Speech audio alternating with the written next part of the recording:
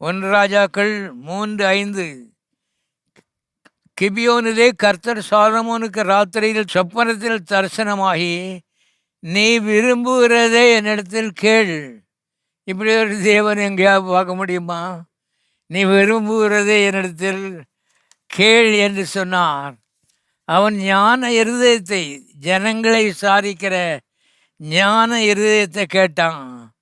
கர்த்தருக்கு அந்த ஜெபம் ரொம்ப பிரியமாயிட்டு உடனே அவர் சொல்கிறாரு, 1 ராஜாக்களின் புஸ்தகம் 3ஆம் அதிகாரம் 13ஆம் வசனத்திலே, இதுவும் அன்றி நீ கேளாத ஐஸ்வர்யத்தையும் மகிமையையும் உனக்கு தந்தேன். உன் நாட்களில் இருக்கிற ராஜாக்களில் ஒருவரும் உனக்கு சமமானவன் இருப்பதில்லை. அவ்வளோ பெரிய பணக்காரனா? கேளாத ஐஸ்வர்யத்தை சாலமோனுக்கு கர்த்தர் கொடுத்தார். ஏன்?